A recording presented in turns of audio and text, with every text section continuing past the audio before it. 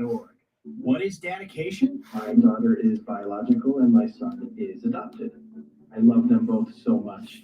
From the morning when you wake up to putting them to bed at night and every moment in between. I think the parents' job is to protect our children, but also prepare them for the world so they become good, kind human beings. That's dedication. Find out more at fatherhood.gov. Brought to you by the U.S. Department of Health and Human Services and the Ad Council. No. You can skip songs, but don't skip your child's recommended vaccines. Talk to their doctor about how to stay up to date and how to protect them. A public service announcement from Vaccinate Your Family in collaboration with Merck.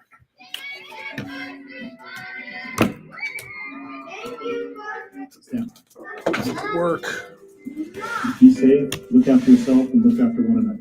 Go to firstrcf.org and help us. Camera's like right in front of your face, goddamn. WWDB Philadelphia, the talk station.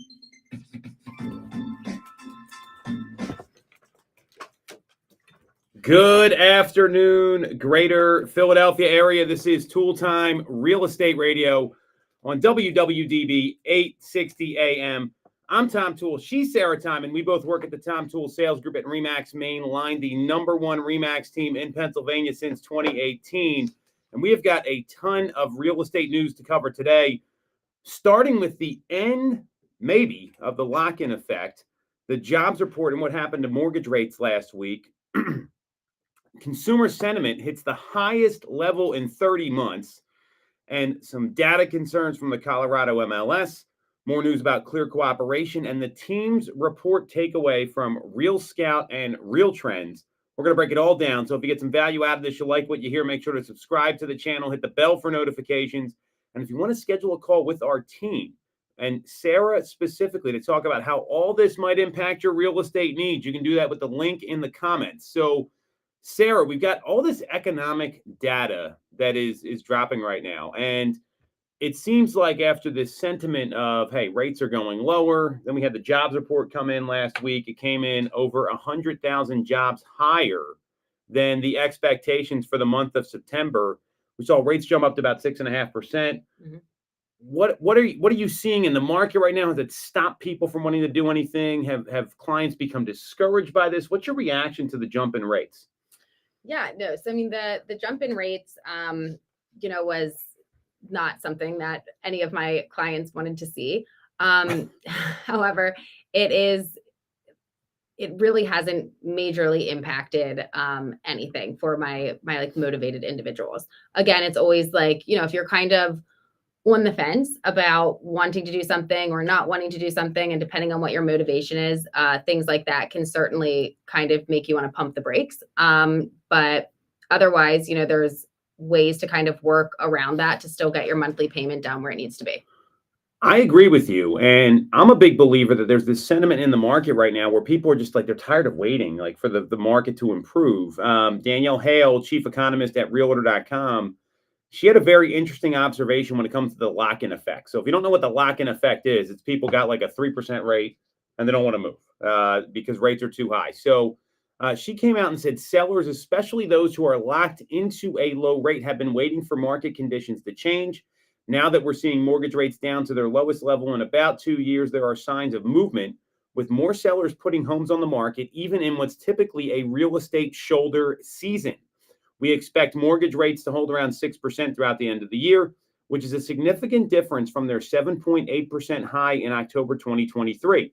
This has increased the buying power of many home shoppers and is a bonus over and above the seasonal factors that make this time of year the best time to buy. So her comments here, I mean, are you seeing that that's how the market's behaving right now? And she made this comment before rates jumped up in the jobs report, obviously. Sure.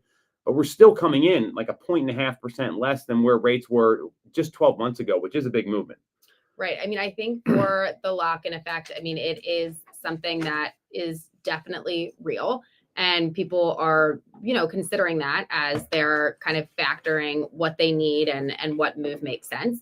But at a certain point, if you've been needing to say downsize and, maybe now there's like health concerns Mhm. or, mobility issues. At some point, like that's going to outweigh the rate. But as the rate does, as we've had the rates where they've been, up above 6 for the last several years, that is kind of the norm now. So you're not having that shocking factor of, well, they were just 2 points lower than this or Mhm. or whatnot. So I think as time goes by, the lock-in effect becomes a little bit less of an issue depending on your situation.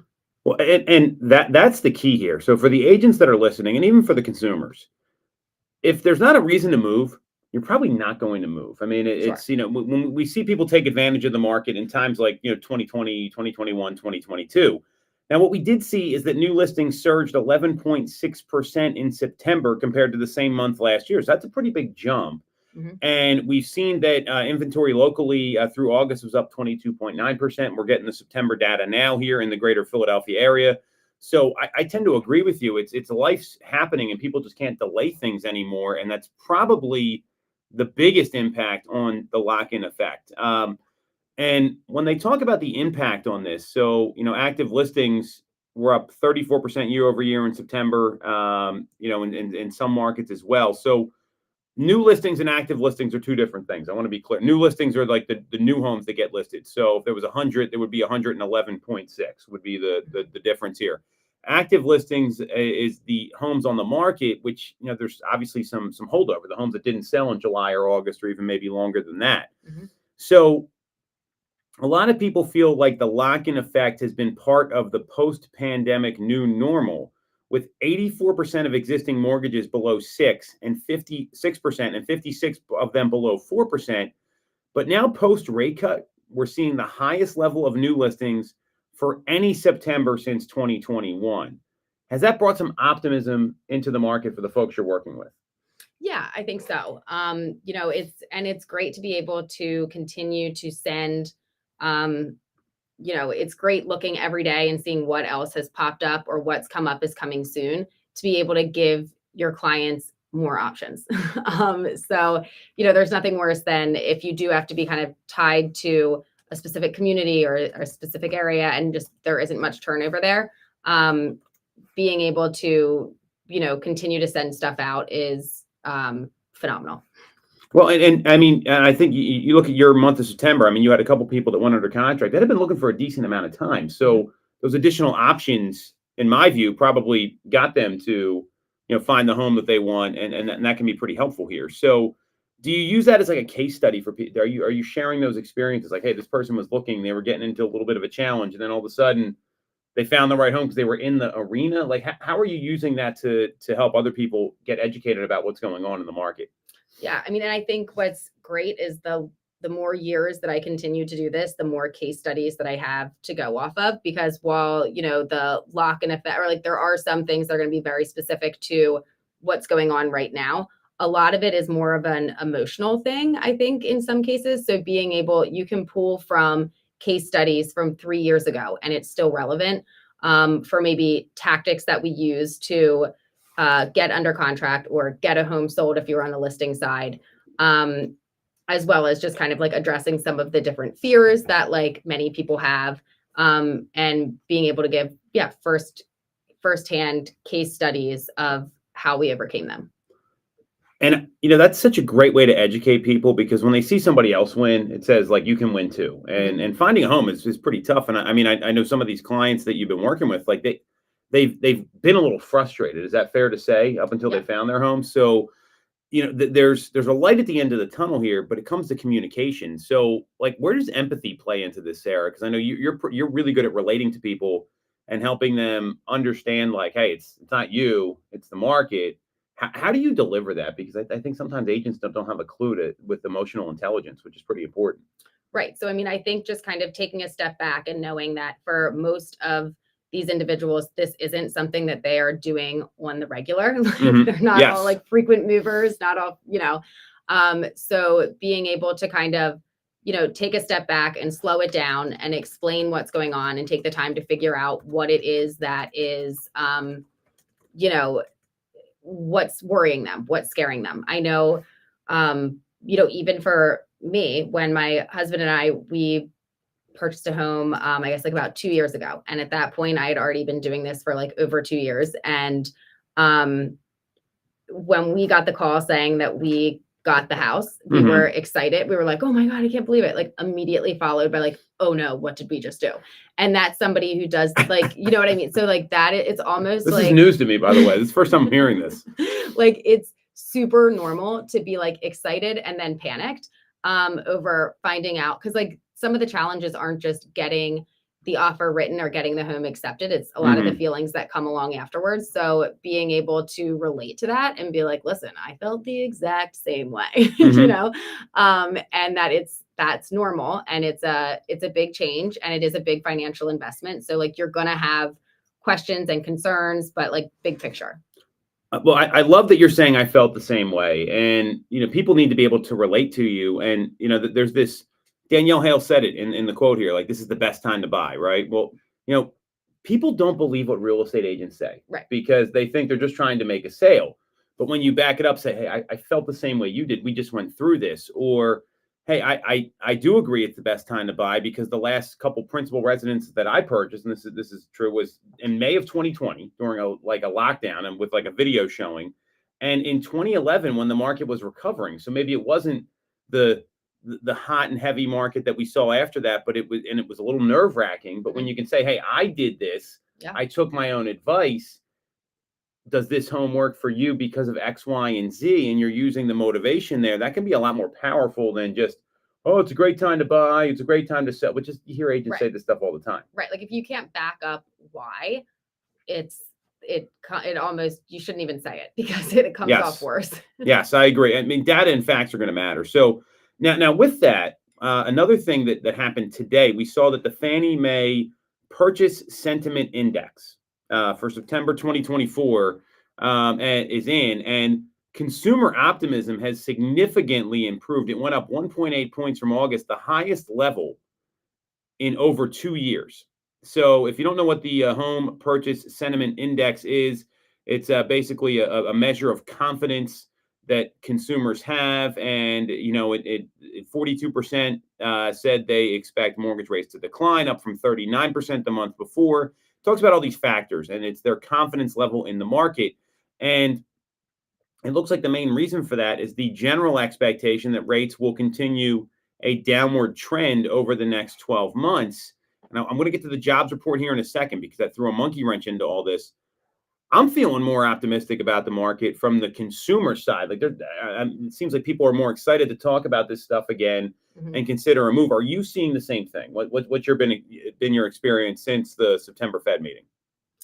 I mean, it's come up. People have kind of asked what that means for me. And interestingly enough, like they'll also ask like how it has impacted other clients of mine. So like people kind of want to know that they are feeling the same things as other people. And, you know, it's, I haven't really had a ton of that before where clients will be like, well, what are other people doing? What are other people that you're talking to saying? And that's kind of come up more recently. Well, and I'm seeing the same thing where people are like, hey, let's talk about it. It's not like we're going to buy a home right now, right? But they're looking at the long view, which is that's what a smart consumer does. They're thinking like maybe a year out or 18 months out. And if you look at what Mark Palem said, he's the Fannie Mae Senior Vice President and Chief Economist. He said that although most consumers continue to think it's a bad time, in quotes, to buy a home, the recent shift in attitude towards mortgage rates is pushing housing sentiment higher, and a growing share now pointing to high home prices rather than high mortgage rates as the primary sticking point for affordability. That's a big shift because a lot of people complain about rates. Increased positivity that mortgage rates will continue to fall has driven the HPSI, the Home Price Sentiment Index, to a 30-month high, but we've yet to see consumers' newfound rate optimism translate into meaningful increases in home sales activity, which I agree with. So it's like the beginning, I think, and that's, to me, it's a big factor of the economic policy change you're seeing from the Fed, that they finally made the made the rate adjustment. So, with all that, I mean, I don't know that you can say it's a good or a bad time to buy. I think that's all relative, even though that's what people expect here. And now you got this jobs report that I think would have dampened the survey results had that. I mean, remember the jobs report came out Friday, and this survey wasn't just completed Friday. So, with rates jumping up, are like, if you have people that are optimistic and talking about it, are they still concerned that rates are in like the mid sixes, or they want to see them come lower? Like, what are you hearing in the ground, Sarah? Well, I think everybody wants to see them come lower. Excellent analysis. So that's which isn't surprising. But in those cases, maybe just running the numbers for like, hey, this is what we're working with right now. This is what it looks like if they ticked up a little bit more, and this is what it looks like if they teetered down a little bit. And then I always like to stress to speak with a lender, to shop around, but like to find out if there could be other programs that they could use. There can be other things besides just the advertised rate, depending on the situation, and having that conversation with your lender and really just like walking through options and asking questions with them is important, because there could be programs out there for you. So I've got a different take on this. This jobs report, it came out, and again, the expectation was 150,000 new jobs added, and it came in at 254,000. I wonder if we can even believe this number, because you saw what happened over the summer where they had they had to revise the jobs report down by 818,000. It was by a third, basically. So, like, where does this number come from? Is it a made up number? I don't know that the economy is as strong as it is, and I think this is a reaction. And I wouldn't be surprised if rates maybe settle down a little bit, and maybe especially within the next Fed meeting coming up here. When's the next meeting? We'll find that out here in a second. But it's in a month. It's 29 days away. I don't know that you can necessarily believe the number, because they always adjust it downward anyway. Right. Well, I know that like not on the back end, but like there's a lot that these numbers can impact. For most of my clients, they're not specifically bringing up the jobs report to me. Well, I think they're probably talking about rates, which is the effect. And to give some perspective, so next Fed meeting's in 29 days and change. There's an 86.6% chance we're going to see a 25 basis point decrease, and a 13.4% chance we're going to see a 50 basis point decrease. So, I mean, that's kind of what I expected, that you would, or I'm sorry, a 13.4% chance that they don't do anything. No. So I think it's going to be 25 basis points and maybe another 25 before the end of the year. I mean, it's just going to take some time. So, it's these numbers. This is the problem with the Fed and this data, is that the data is the data, but it's always like moving around, and you can skew it in a lot of different ways. So, right. Before we wrap here, I want to look at the housing market tracker here really quickly. So Logan Mohtashami puts this out over the weekend, which I love, and he talks about the key indicators. So he looks at the 30-year and the 10-year yield, how that's going to impact the 30-year. We're seeing the 10-year has been, it's up a little bit today. It's persisting in like the low 4 range. We're seeing where mortgage spreads are, and there's still a decent spread here. It's a 2.33% spread between the 30-year and the 10-year. Purchase application data. This to me is always the one you want to look at.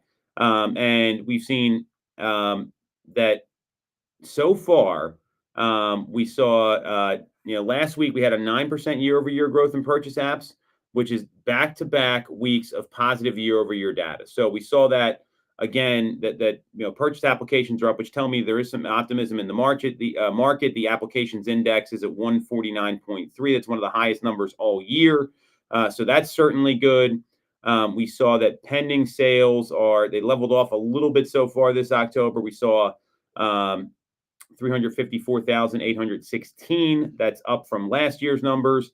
So all this kind of tells me, and I'd love to get your take, there's deals to be done. You just got to find the right people. Yeah. And if you're a consumer right now, I'm looking at this data and saying, hey, there's homes out there that can be bought or sold. And I'm looking at like elevated days on market, homes that maybe you've been keeping your eye on. And there's still multiple offer situations happening all over the place. So don't sleep on the fall market, because there's going to be less competition now for buyers than there will be in the spring. And for sellers, like, you're not going to have that same fever pitch, but people are buying homes right now. And I do see some optimism there to maybe get a deal done now versus waiting another 3-6 months. Yeah, absolutely. I mean, people have to move anytime during the year for many different reasons. So it's not like there is only one time in which it's like, all right, and this is when everyone moves and this is when all transactions happen. Certainly there are heavier periods, but this is absolutely a great time to get up there. And I mean, we're early October right now. You could be in a new home or be moved out of your last one easily by the end of the year. I think that oftentimes people are thinking in terms of, like school districts and like, Yes. oh, but now like the kids would already be in the school year. But you could have people that have young children that know that they want to that like this doesn't matter. Like the actual school calendar year right now isn't a factor. They're thinking ahead. They're planning ahead. So, there are people that will be moving and transacting all year. This is a lesson for agents that, I mean, you already hear people talking about like, fiscally, you get into November, you sell something. It's probably not closing if you get towards like Thanksgiving, probably until 2024 or 2025. That's not the point. The point is there's a lot of stuff you can do right now to move your business forward and to end the year strong. Mm-hmm. And, these people that take off, like you do a bunch of deals and you're like, oh, I can't do anymore. That's like the worst thing you can do in this business, because then you're going to be kicking yourself like 90 days from now. And it happens all the time. So, there's a lot of opportunity here in the fourth quarter to load up for the first quarter of 2025, but also end the year strong. And that's what I'd be focused on as an agent right now, because this is where you can really set up your year really nicely, because right after the first of the year, people are like, let's go. I'm ready to buy a home. The holidays are over. I'm sick of drinking eggnog and eating cheese at parties, and I'm just ready to go do something. So I wouldn't sleep on that if I'm an agent. And that's really, you have a lot of opportunity right in front of you right now at this moment in time. Absolutely.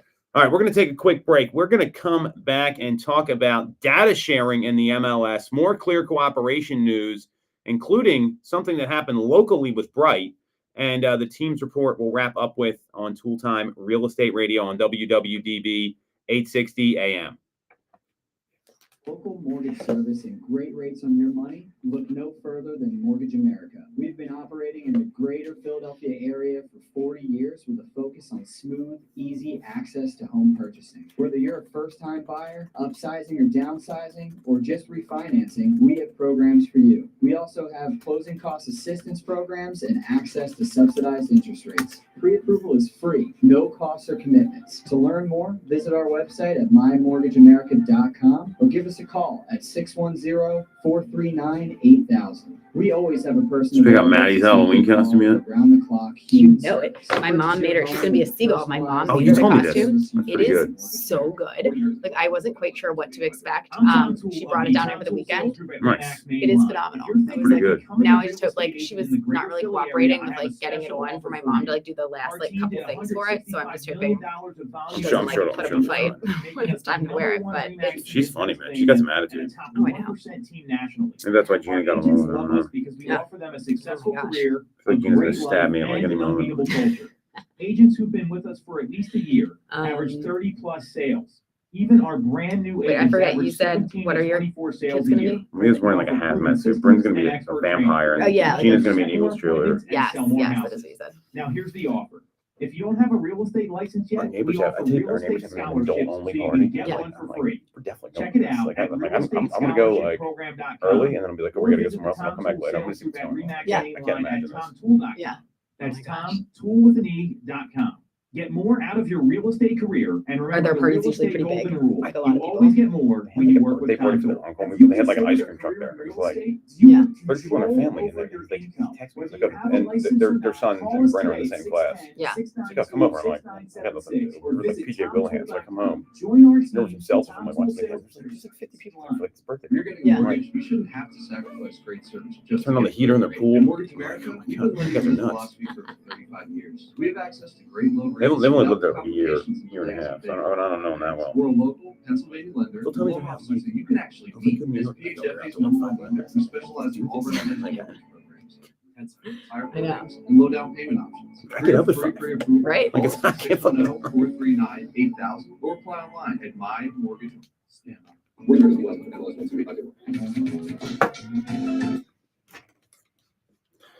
Welcome back to Toole Time Real Estate Radio on WWDB 860 AM. I'm Tom Toole. She's Sarah Timon. and we both work at the Tom Toole Sales Group at Remax Mainline, the #1 Remax team in Pennsylvania since 2018. And we are talking about an MLS in Colorado that might be buying your data. This is very interesting. More MLS drama here. This is what we talk about in real estate. And another Robert Refkin article about clear cooperation. He's clearly on the warpath here to get this overturned. And then we'll talk about the teams report from Real Trends and Real Scout that Bam talked about in the last segment here. So if you get some value out of this, you'll like what you hear. Make sure to subscribe to the channel. Hit the bell for notifications. And if you want to schedule a call with our team, and Sarah in particular, feel free to do that in the comments to talk about how you can navigate all this data to make winning real estate decisions. So I don't know how much you've been following this RE Colorado story, Sarah. So this is very interesting. So to give people some background here, the RE Colorado MLS, it just got bought. It got sold to a local real estate businessman, Joseph Burks. And the board of directors was fired. They sold it, and now it's under new ownership, and it rolled out a new agreement to participate in the MLS. And the agreement allows a broker to own the listing contract, but RE Colorado will own the listings record, potentially giving them the right to deny an agent's ability to download and sell their listings. So what this means is that, you market the listing like, hey, just sold this, here's my sale. We do this stuff all the time. The MLS, RE Colorado MLS, denies that it does either of those things, claiming the agreement gives it copyright over the compilation of the MLS database. And there was a quote that came out. So there was a deadline of Wednesdays, tomorrow, to sign this agreement for participating agents. And some of major brokers have chose to have had loose conversations about legal action or join a competing MLS. There's a Denver agent, Brett Weinstein, said it creates an uneven playing field for the members of RE Colorado because the control of getting your listing to every single site may have just gone away. I don't think people are as aware of it as they should be. The owner of the data should never be RE Colorado. So this seems a little peculiar to me. What do you think about this? And I'm going to get your just raw reaction here. All right. First of all, why was the other guy fired? Well, someone actually bought the MLS. So okay. it was just they fired their board of directors. They bought it. It was it was an interesting move to say the least. There's more than one MLS in Colorado. There is, but there's also more than one MLS in Pennsylvania, but it doesn't service like where we live, as an example. I gotcha. So where this is, there's no overlap. There's one MLS that you would be able to be under. Yep. Okay. And people are giving pushback.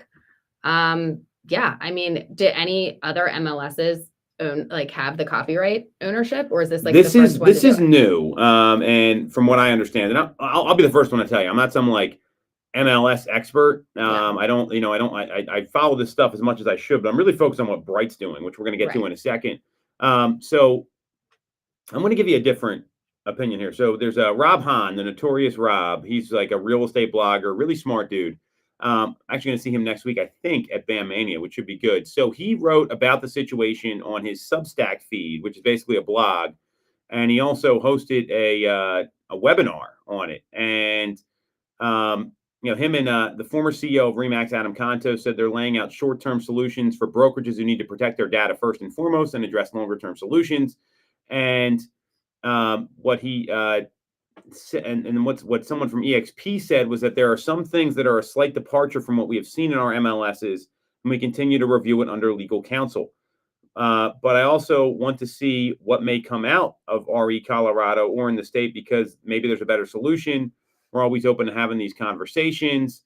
You're basically, the argument is they're taking IP from your own broker members, as it is really what's happening here. And that's the concern that a lot of people have right now. And so they're saying they won't restrict brokers or agents from post-sale marketing and advertising that, but that they want to have the rights so that they have the full access to everyone's data and can give accurate numbers on things. That's pretty much what's going on. I mean, so I don't know why they would need the rights to be able to, like, if all the information is in there, like, why do they need the rights to be able to compile whatever reports or whatever numbers they're trying to give? it's interesting, right? Like, what's the play? Like, there's got to be some business move around Right. this. Like, there's a reason why, especially if like other MLSs aren't doing that. Like, and if they're the first ones, like, what are you trying to do? You know? So Rob Hahn had he was at he had some takeaways from someone he knows that understands like real estate data really well. Okay. And he wrote in his Substack post, "Our view is that the MLS as we know it is already dead, but the industry doesn't know it yet because it will take time for the world to understand what is visible to some of us." So the MLS has always been about the unilateral offer of compensation. That's gone. That's absolutely correct. Mm-hmm. The reason why brokerage members of the MLS are called participants is that they participated in the unilateral offer of compensation. I hear that. One thing the MLS can no longer do is to have anything to do with compensation. Okay, we've beaten the like. Right. You see the trend here. The only remaining value of the MLS is as a central repository of data, and the central repository of data goes against the interests of big brokerages. Those interests were outweighed by the benefit of guaranteed compensation, but compensation is now history. So it's a matter of time before the entire MLS system dies. That future will suck for anyone who is not at a big brokerage, but it is what rationality dictates. The first 3 points are for sure true. And then he goes on. I mean, this is a very long post. Then there's the self-interest of brokerages and all sorts of stuff. It just seems like there's something going on here, and I don't really know what it is, to be very honest with you, but it's like, why would you want the right to that data unless you're going to remarket it? And because the MLS doesn't guarantee payment, this might be someone experimenting with the data. Like, I don't really know. Right. Yeah, I don't know. That is weird. I'm not sure what it means. So I see. I mean, the MLS may be dead. He might be right. So here's why he's concerned about the data ownership issue. The MLS may think that their value prop of compensation has gone poof is in the data. So they want to assert ownership over that data, thinking it will force brokers and agents to keep subscribing. He believes the reverse is more likely true. If the choice is between joining an MLS and handing over ownership of your data, or leaving the MLS and creating a superpower that leads to market dominance, it's not that difficult of a choice. So there's an agent, Alan Dom. You've probably heard of him, right? He doesn't use the MLS. Sells a lot of properties down in Rittenhouse Square. Okay. And he's had a lot, and he hasn't used it for a long. It's his company now, obviously. I mean, he ran for mayor, all that stuff. And that was very like taboo 10, 15 years ago. And now maybe this is why these big brokerages are going on this war against clear cooperation, because invariably you see companies like, Compass, like the one day on the market, Compass double-ended listing. You ever seen those in the MLS? Yeah. Oh, well, other people don't find out about it. I have a couple addresses I could tell you. I'm not going to share on the air here. This could be something that, these companies want to make sure that, the MLS is trying to protect its own existence. Right. Instead of maybe do what's best for the consumer. I mean, I'm a big believer in transparent data. I think everyone should know what's going on when it comes to real estate. But the seller should have options. Big brokerages are going to do what's best for them. Right. So they're saying like the MLS is going to rely on the fact that this is where you go to get all history of past transactions, past deals in like an easy one snap or one stop area. And that's what they're going to like rely on to stay relevant. That's what it sounds like. I mean, I think that they've got a lot of power here, but they also have the most to lose because people like join just so they would guarantee they would get paid, right? But I do like having one place to go to get. I do. I think it's best for consumers. I mean, I want to be very clear. Like, I understand why this MLS is doing this, because they want to make sure they're protecting that data. Because what is frustrating, I was talking to somebody today, and there was a home that like hit the market and went pending right away, and the consumer was not happy about it. They said, "How is this even possible?" Yeah.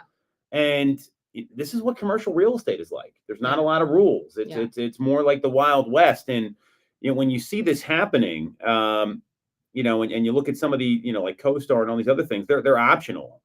So they're, and Andrew Flackner, who owns Real Scout, we're going to talk about this in a second. I mean, he said that the real estate industry hasn't yet encountered a company that's captured enough market share to reach the market share tipping point, which what he means by that, and a lot of people don't talk about, it takes about like 2% of the brokerages to dominate 51% of the listings, and which we see all the time. I mean, there's certain dominant listing agents and fairly large MLS systems where 6 brokerages control over 60% of the listings, right? So small brokerages, they have a bit of an uphill battle here. So there's a lot of stuff to talk about with this, and I think that the whole play is that they're doing this to protect their existence and keep the dues flowing. Yeah. So that makes sense. that's one thing here. The other thing we're going to talk about is this article from Robert Refkin. He came out. I actually don't want to talk about the article. What I want to talk about is what happened with Bright MLS with us. So Robert Refkin wrote in Inman, here's the risks about clear cooperation, public price drops and accumulation of days on market, buyer inquiries sold as leads instead of going to the listing agent the homeowner hired, the broad dissemination and monetization of homeowners' data. These are all parts of the problem with clear cooperation. So that's fine. And MLS disclosure risks all that. What I think people aren't realizing is that, like, and this was very interesting because we are very particular about our paperwork. You've seen that on the other side, right? Yeah. Like, not in a bad way, but no, it's good. I mean, it is by the book. So we do that for a reason. And we recently got a complaint filed against us about a listing. And said, I'm going to read you what the email says. This is from Bright. And let's see this here. This is going to be, I don't know if you were expecting me to go down this road here, but this is where we're going. So here we go. Where is it? Bright complaint. Here we go. So, dear blank agent, Bright has received a report. There is an active listing agreement for this property, yet we are unable to locate an on-market or office exclusive listing in the MLS. To confirm accurate data regarding your listing entry date, please reply to this email no later than 3 p.m. on 9/27. We got this at 9:23 in the morning on 9/26. Signed copy of the MLS disclosure form, signed copy of listing agreement, signed copy of office exclusive form, any addenda. And then they went through like all these rules and regulations. So we sent over all the paperwork. It was all fine. Right. And clearly what happened here is one of two things. We were prepping the home. The home's not on the market yet. All good. That's what the seller wanted us to do. Like they're not ready. They're in the process of moving. The house is a disaster. Yep. So, which is very common for sellers. Like, it's not like you sign the home and they're like, okay, we're ready to go. Like, that usually doesn't happen. Right. So like that was like the first step before they like figure out how they're staging, get everything packed up. Yes. So this happens. And then there's two things that happen. One, we know they interviewed another agent, and that agent could have reported us because of sour grapes. Sure. That's usually who reports people. The other thing that could have happened is maybe there was, the seller said, hey, my home's going up for sale. They tell somebody, their agent can't find out about it. Like, there's all these variables, and that agent reports it. And so we have to go through this song and dance. The fine is like close to $1,000 for this. I think it's $750 or $1,000. And we have to have it in the system. So then I call Bright and I say, all right, what do we need to do here? Like, we're here to be compliant. Here's the file. We got 3 different answers about how to properly enter this into the MLS. One is we need an office exclusive. 2 is we need one form signed. 3rd was we need another form signed. And the 4th opinion that our broker got was that we don't need either of them signed. Right. So what this tells me is that these MLSs. But it's not like this was being marketed anywhere else. It just, the contract was signed, but it wasn't time to. We didn't break any rules. Right. And we weren't even marking it in like as an office exclusive or anything like that, which I know other companies do, like Compass, like Robert Refkin, who talks about this. And we had to go through this whole song and dance about how to appeal this thing. And we couldn't get a straight answer. The woman on the phone at Bright would not even tell me her last name when I asked who it was. I'm like, what is going on here? Like, I'm the client, not you. Like, this is not how this works. And like, if you're going to have like I don't want to say like audacity, but like, you're going to send this threatening email, threatening a fine and saying, I have to get these documents back to you within like 24 hours, but you can't answer any questions I have about, am I properly like having all this together? Yeah, that's ridiculous. So what do you think about all this? I mean, it seems like nobody knows what they're doing here. We've got this MLS, basically controlling the data, so to speak. Our MLS is nervous right now. Probably a little bit. I also wonder if a complaint is filed, if then the complaintor like can request like, did you address it? And like if they wouldn't disclose who made the complaint. I Right. straight up asked him. right. So like they wouldn't disclose it to you, but the person who made the complaint, if they go back to the MLS, is there something that they could have an issue with if there isn't proof that like it was looked into or followed up, or do you know what I mean? That I don't know Like, the answer to. could I find the MLS if I made a complaint about something and Well, they didn't? No, we couldn't find the MLS. I mean, Right, yeah. that's the point here, and I think Yeah. that's the challenge right now, and that's what Rob's talking about in this Substack post is that the MLSs I think are clawing for control. I mean, this is like control play. Like, I mean, we sent them everything, nothing happened, it was all fine, but clearly someone made a complaint, didn't like what happened. We sent them all the docs, and nobody tells me what the right procedure is. Like, we've had Yeah. 3 different phone calls, and Karen Terry, our listing manager, and Wendy Friedland Muto, our ops manager, was in the room when I made the call. And I said, hey, I'm on speaker with our team. Here's what's going on. They're like, well, we don't really know what it is. I'm waiting on a call back from Bright. That was 3 days ago at this point. Yeah. No one's Is told that me why anything. we now have that other additional form? Well, there's one form from the NAR settlement that's required.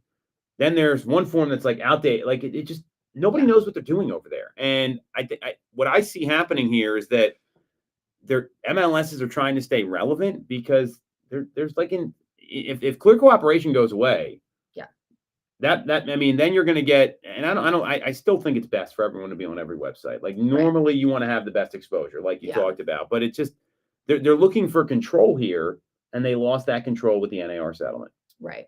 Well, and then I feel like it would quickly crumble because if it's not required and if everybody's isn't having to put their data on there, then all of a sudden there are going to be places that aren't on there, but you would have to access otherwise. So like the main draw to it for me right now, I would say, is being able to, for the most part, access most properties on it.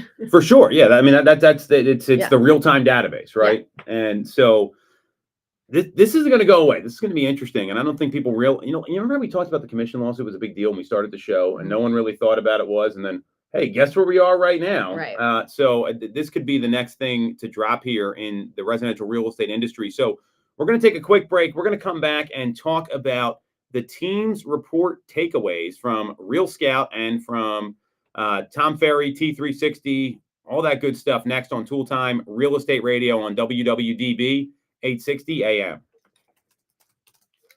Real estate, you want control over your income. Whether you have a license or not, call us today at 610-692-6976 or visit tomtoole.com. Join our team, the Tom Toole Sales Group at RE/MAX Main Line.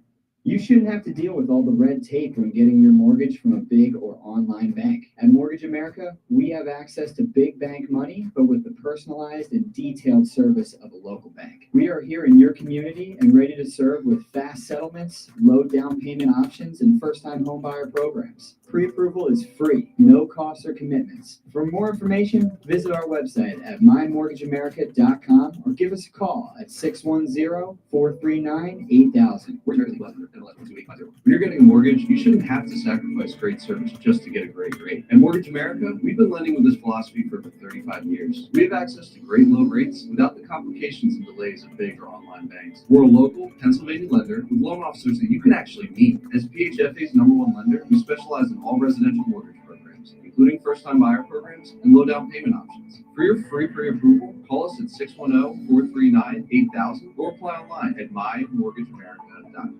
The Tom Toole Sales Group is the #1 RE/MAX team in Pennsylvania with over $165 million in volume for 2021. I'm Tom Toole, and our team has achieved that kind of success by being a great place to work with and to work for. No one knows Greater Philly better than we do. We know real estate, but more importantly, we're real people. We hire the best agents and we give them all the tools to succeed.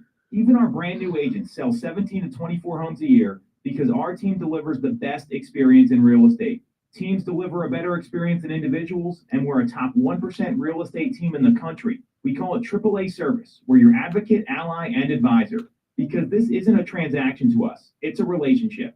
If you're buying or selling a home, call the Tom Toole Sales Group at RE/MAX Main Line at 610-692-6976 or visit tomtoole.com. That's Tom, Toole with an E.com. Sell your home for more, and remember the real estate golden rule. You always get more when you work with Tom Toole.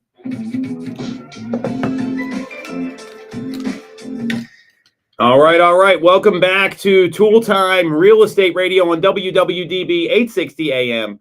I'm Tom Toole. She's Sarah Time, and we are talking about the team's report from Real Scout and Tom Ferry. If you get some value out of this, you'll like what you hear. Make sure to subscribe to the channel, hit the bell for notifications.